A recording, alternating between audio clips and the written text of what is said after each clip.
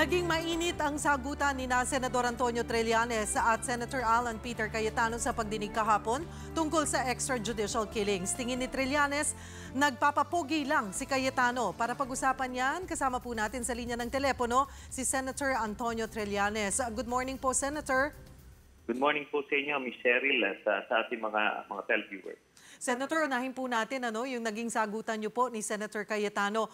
Talaga po ba at bakit niyo po nasabi na yung hindi niyo papopormahin si Senator Cayetano? Ano naman yan, yung mga nangyari na yun kahapon, bunga yun ng init ng sitwasyon. Kasi medyo naging out of order na yung demeanor, yung behavior ni Senator Cayetano. Dahil una-una hindi siya miyembro ng committee, tapos apparently isang oras niya na siya nagsasalita. So gusto niya ikonsumo yung buong oras ng hearing para para hindi ngayon mapiga ng maayos yung testigo. So gano'n ang konteksto naman nun. And eventually he was declared out of order by the chairman. So, pag po naging out of order, pero sa mga susunod po ay maaari pa rin po siyang maging bahagi nito, kahit hindi po siya miyembro ng committee? Pwede naman, pero kailangan ilalagay niya yung sa lugar. Sa lugar. Dahil since hindi siya member, hindi siya pwede mag-object. Nag-object nga siya dun sa isang motion kung hindi pa pwede yun. At nagbigay naman ng guidelines na 10 minutes per senator ang tanong. Isang oras na mahigit Hindi, medyo kailangan ng maghimasok. Opo. Puntahan ko po itong naging pahayag po ni Matubato. Kumbinsido po ba kayo? Ang sinasabi po, ang nasa likod po ni Edgar Matubato ay ang Liberal Party.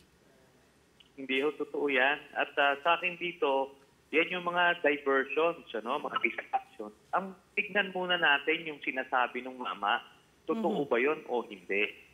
Doon muna tayo. Ang sa akin dito, ang assessment ko, sa kabuuan, very credible siya, pero kailangan natin i-validate isa-isa yung mga sinabi niya para masabi na natin talagang nagsasabi ito ng totoo at kailangan na natin siyang pwedeng gamitin yung kanyang impormasyon na ibinigay. Pero, so kahapon nga, may mga nakita si Senator Lacson na mga inconsistencies daw. Opo. Pero, kagaya nung dun sa pagpatay daw kay Richard King at so may inconsistencies. Sinabi ni Edgar Matubato na hindi siya kasama sa pagpatay ni Richard King. At itong yung kinento lang sa kanya ito nung asawa nung hitman na pinatay din.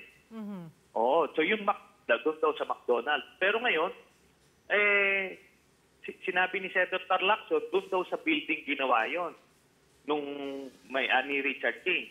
Pero nakita ni Senator De Lima naman kahapon through a picture na may katabi nga yung McDonald's at yung building. So malamang doon ang staging area bago pinaslang itong si Richard King. So wala pa rin gano'n. Tapos yung isang pinoint out niya, yung 2002, yung PAOK TF, yung 2001 naman daw, tapos na. Alam nyo, kung hindi mo alam na kung ina-invento mo to, paano mo malalaman na 2001 pala, doon pa rin si General De La Rosa naka-assign sa Davao, na PAOK TF chief. So, hindi mo malalaman yun. Hindi natin alam yun, yung detalye na yun. So, assuming nagsumablay sa year, pero ganito yan. Kung yung building, isang building, kunyari, isang opisina, PAOK TF yan, at yun ang nakasanayan nyo na tawag nyo dyan, PAOK TF.